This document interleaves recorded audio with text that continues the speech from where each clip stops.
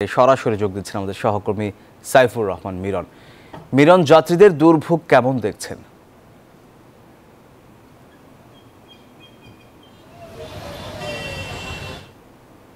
ধন্যবাদ সোহাগ। আপনি জানেন যে গতকালকে অর্থাৎ বরিশাল নতুল্লাবাদ কেন্দ্রীয় বাস টার্মিনালে শ্রমিকদের সঙ্গে যে সংঘর্ষের ঘটনা ঘটে, যা পরবর্তীতে সন্ধ্যায় শ্রমিক ও মাহেন্দ্র শ্রমিকদের সঙ্গে এই সংঘর্ষ কিন্তু রণক্ষেত্রে পরিণত হয় এবং তার পরপরই প্রায় 3.5 ঘন্টা যত আন্তঃজেলা বাস এবং দূরপাল্লার বাস সব কিছু কিন্তু বন্ধ ছিল।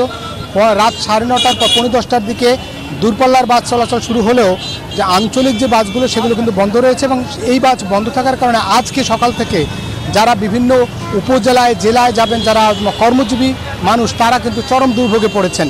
যদিও এই মুহূর্তে ঢাকা বরিশাল বা কুয়াকাটা মহাসড়কের যে বাস চলাচল সেটি স্বাভাবিক রয়েছে, কিন্তু এই আন্তঃজেলা বাসগুলো চলাচল করছে না এবং এই সকাল থেকেই এই যাত্রীরা তাদের দুর্ভোগের কথা যেমন আমাদের জানিয়েছেন, একই সঙ্গে তারা বলেছেন যে মাঝে মাঝেই এরকম হঠাৎ শ্রমিকদের যে অসন্তোষ, সেই অসন্তোষের কারণে যানবাহন বন্ধ থাকার কারণে তারা দুর্ভোগে পড়েন।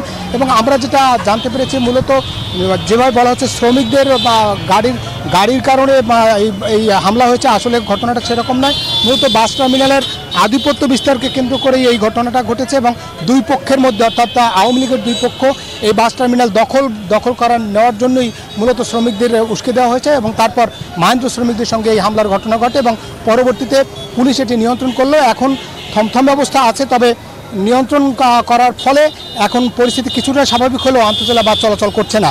এই ছিল মূলত আমার কাছে বরিশালের নতুল্লাবাদ কেন্দ্রীয় বাস টার্মিনাল থেকে সর্বশেষ তথ্য। ফিরছি স্টুডিওতে। মিরন, আপনাকে ধন্যবাদ।